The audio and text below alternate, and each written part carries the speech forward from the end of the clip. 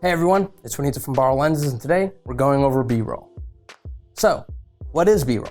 If you're just starting out, B-roll is the extra footage you capture while filming that enriches the story you're telling and gives you greater flexibility when editing.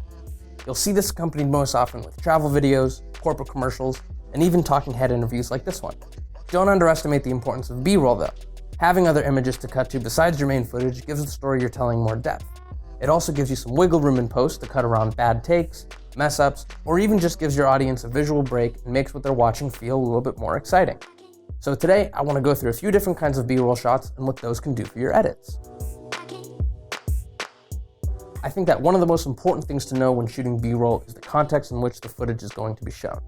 Knowing ahead of time what your key footage is helps you better plan and prioritize what B-roll footage you'll need to shoot. B-roll should be supplemental to the narrative. It's a tool, and you can never shoot too much of it, and it's important that your B-roll corresponds to what your key footage is.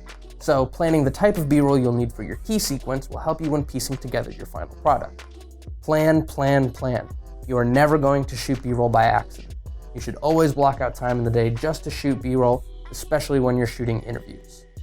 With that being said, it's worth noting before you go onto location what B-roll is must-have and what B-roll is nice-to-have. Must-have B-roll is any B-roll that will directly pertain to your story. These types of shots are usually establishing shots of locations, any actions a narrator is directly talking about, or it could even be old archival footage. If you're only on location for a limited amount of time though, you should consider that to be must-have B-roll. Plan for those shots. Nice-to-have B-roll, on the other hand, is any extra B-roll footage which will help cover cuts in the interview, or might even add to the visual storytelling of the piece.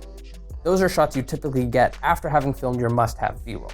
They can include wider or extra content to actions you've previously shown, or anything environmental on the location. It's really easy when you're on set to have filmed a lot of nice-to-have B-roll and not enough must-have B-roll. So it's important to keep track of what you're shooting and know how it pertains to the story that you're telling.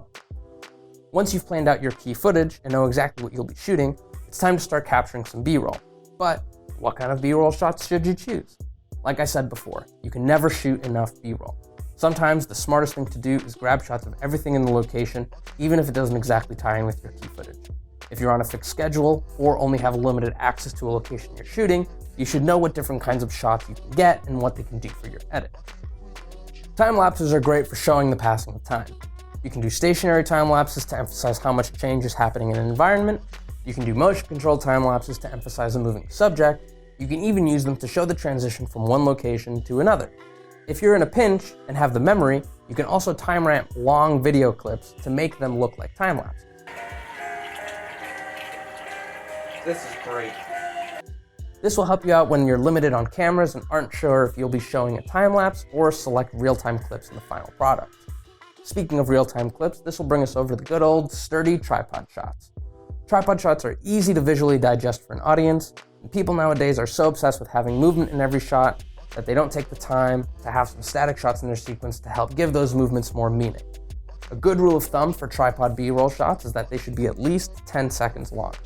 If you're going to do tripod movements, you should hold the start and end frames for at least 5 seconds. This will give you room in editing in case the movement you're doing isn't stable.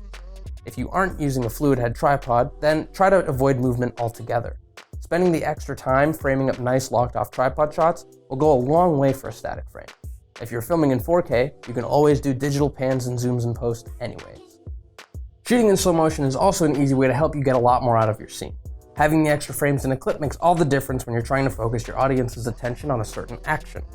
This is helpful because it gives the audience more time to perceive what they're seeing on screen. Just make sure to change your shutter speed to compensate for the different frame rates.